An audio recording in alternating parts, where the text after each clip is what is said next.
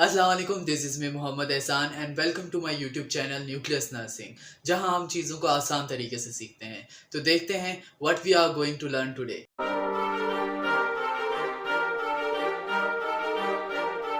सो आज मेरे पास जो है अच्छी न्यूज़ नहीं है। आज की न्यूज़ बहुत ज़्यादा ही जो है आई कैन से डिप्रेसिंग है। रिसेंटली सिंध गवर्नमेंट की तरफ से हमारे पास एक नोटिफिकेशन आया है, जिस नोटिफिकेशन में ये बात क्लियरली कही गई है दैट दोज पीपल या those candidates who do not have Sindh domicile are not more eligible to admission in Sindh। तो बेसिकली हमारे पास वो बच्चे जो दूसरे प्रोविंसेस से आते थे, लाइक के पंजाब या कश्मीर या और जगहों से आते थे, वो अब सिंध के अंदर जो है एडमिशन के लिए अप्लाई नहीं कर सकते। आई डोंट नो कि ये फ़ैसला क्यों लिया गया है, बट यही कहा गया है कि वो नहीं ले सकते। रिसेंटली इनिशियल नोटिफिकेशन यही आया है। आगे क्या होगा कुछ कह नहीं सकते।